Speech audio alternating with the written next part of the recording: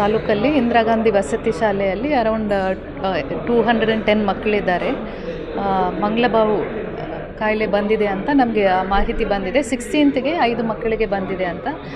ಆಮೇಲೆ 25 ಮಕ್ಕಳಿಗೆ ಬರ್ತಾ ಇತ್ತು. ಅವ್ರಿಗೆ ಟ್ರೀಟ್ಮೆಂಟ್ ಮಾಡಿ ಅಲ್ಲಿ ತಾಲೂಕು ಹಾಸ್ಪಿಟ್ಲಲ್ಲಿ ಟ್ರೀಟ್ಮೆಂಟ್ ಮಾಡಿ ಮನೆಗೆ ಕಳಿಸ್ತಾ ಇದ್ವಿ, ಸ್ಪ್ರೆಡ್ ಆಗುತ್ತೆ ಅಂತ ಹೇಳಿ.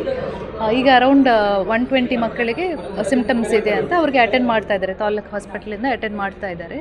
ಆ ಶಾಲೆಯಲ್ಲಿ ಇನ್ನೂ ಕೂಡ ಒಂದು 70 to 80 ಮಕ್ಕಳು ಅಲ್ಲಿ ವಸತಿ ಶಾಲೆಯಲ್ಲಿ ಇದ್ದಾರೆ.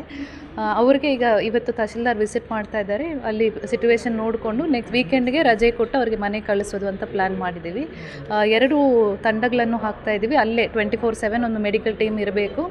ಮಕ್ಕಳಿಗೆ ಏನಾದರೂ ಸಿಮ್ಟಮ್ಸ್ ಬಂದರೆ ಅಟೆಂಡ್ ಮಾಡಬೇಕು ಅಂತ ಒಂದು ತಂಡವನ್ನು ಹಾಕ್ತಾ ಇದ್ದೀವಿ. ಇನ್ನೊಂದು ತಂಡ ನಮ್ಮ ಗ್ರಾಮ ಪಂಚಾಯಿತಿಯವರು, ರೆವೆನ್ಯೂ ಅವರು, ಹೆಲ್ತ್ ಮತ್ತು ಶಾಲೆಯವರು 4 ಜನ ಸೇರಿಸ್ಕೊಂಡು ಯಾರು ಮಕ್ಕಳು ಮನೆಯಲ್ಲಿ ಇದ್ದಾರೋ ಅವ್ರ ಪೇರೆಂಟ್ಸ್ಗೆ ಪ್ರತಿದಿನ ಬೆಳಗ್ಗೆ ಒಂದು ಬಾರಿ ಸಂಜೆ ಒಂದು ಬಾರಿ ಫೋನ್ ಮಾಡಿ ಅವ್ರದ್ದು ಸಿಚುವೇಶನ್ ಹೇಗಿದೆ, ಚೆನ್ನಾಗಿದ್ದಾರಾ, ಇಲ್ಲ ಜಾಸ್ತಿ ಆಯಿತಾ ಏನು ಅಂತ ಕೇಳಿಕೊಂಡು ಅವ್ರಿಗೆ ಅಟೆಂಡ್ ಮಾಡಬೇಕು ಅಂತ 2 ತಂಡ ಹಾಕ್ತಾ ಇದ್ದೀವಿ. ವೈರಲ್ ಇನ್ಫೆಕ್ಷನ್ ಒಬ್ಬರು ಇಲ್ಲ, ಇಟ್ಸ್ ವೈರಲ್ ಇನ್ಫೆಕ್ಷನ್. ಒಬ್ಬರಿಗೆ ಬಂದರೆ ಮತ್ತೆ ಸ್ಪ್ರೆಡ್ ಆಗುತ್ತೆ. ಈಗ ಇಮಿಡಿಯೇಟ್ಲಿ ಅಟೆಂಡ್ ಮಾಡ್ತಾ ಇದ್ದೀವಿ. ಆ್ಯಂಡ್ ಸಿಮ್ಟಮ್ಯಾಟಿಕ್ ಟ್ರೀಟ್ಮೆಂಟ್ ಆಗುತ್ತೆ. ಆಂಟಿಬಯೋಟಿಕ್ಸ್, ಆಂಟಿಹಿಸ್ಟಮಿನ್ ಕೊಡ್ತಾ ಇದ್ದಾರೆ. They are attending to it. ಯಾವುದು ಸೀರಿಯಸ್ ಇಲ್ಲ. ಹೌದು, ಡಿಕ್ಲೇರ್ ಮಾಡ್ತಾ ಇದ್ದೀವಿ.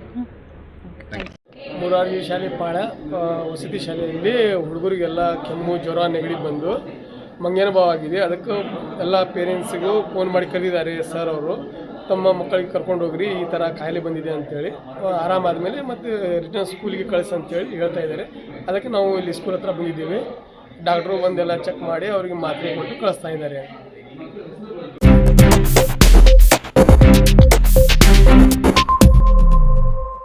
ವೀಕ್ಷಕ ಮಹಾಪ್ರಭುಗಳೇ, ನಮ್ಮ ಚಾನಲ್ ಅನ್ನು ಸಬ್ಸ್ಕ್ರೈಬ್ ಮಾಡಿ, ಶೇರ್ ಮಾಡಿ, ಪ್ರೋತ್ಸಾಹಿಸಿ.